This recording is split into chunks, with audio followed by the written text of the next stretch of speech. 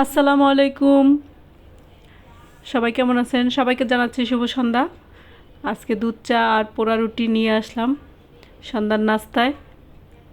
সবাই দেখে বলবেন যে কেমন হয়েছে।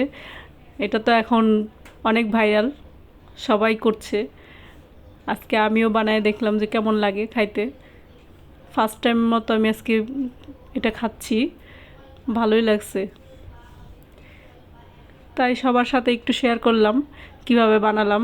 কনডেন্স মিল্ক আর একটু চিনি ছিটাইয়া গ্যাসের চুলার উপর দিয়ে একটু পোড়াইয়া তারপর দুধ চায়ের সাথে ভিজাইয়া খেয়ে ফেললাম।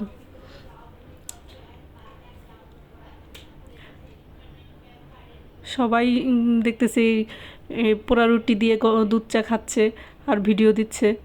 তাই আজকে আমিও করে নিলাম পোড়া রুটির সাথে দুধ চা। কেমন লাগলো সবাই জানাবেন।